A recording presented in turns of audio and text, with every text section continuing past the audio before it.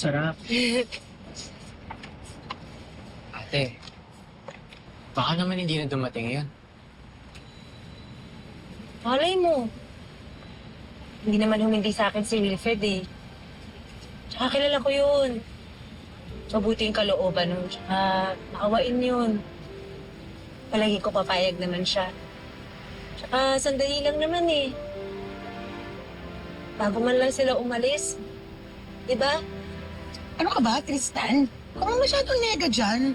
Tsaka, hintayin na lang natin darating yung si Lia. Ako namimiss ko na rin yung batang yun eh. Ako nga din eh. Santos, may bisita ka. Papasukin niyo po. Harapin ko po. Wala dito si Wilfred na yan, tsaka si Lia. Sabi ko sa'yo eh.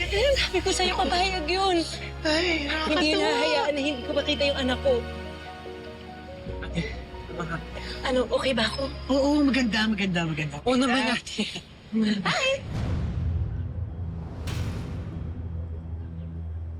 Why do you look so surprised?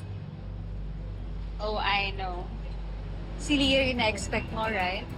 Well, I just came here to tell you that she's not coming. Diretso na siya ni Wilfred sa airport. Alam mo, ayoko nga pumunta dito eh. But who would be the bearer of news if not me, right?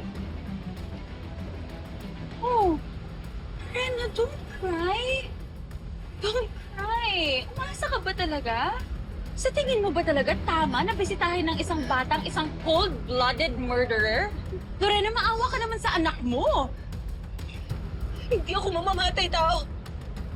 Umalis ka dito, umalis ka! Tinilan mo na ako! Poor Leah.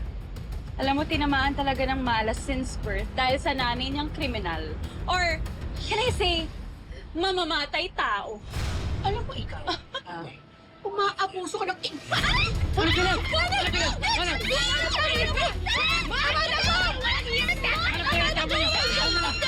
Tama na! Ano kaya? Ano kaya? Tama ka po. Tama na! Don't touch me! Don't touch me! Pwede bang ikulong mo nga yan? Pati itong kasama niya because who knows, baka kriminal din niyang mga yan. Sa korte mo ilabas yung tapang mo.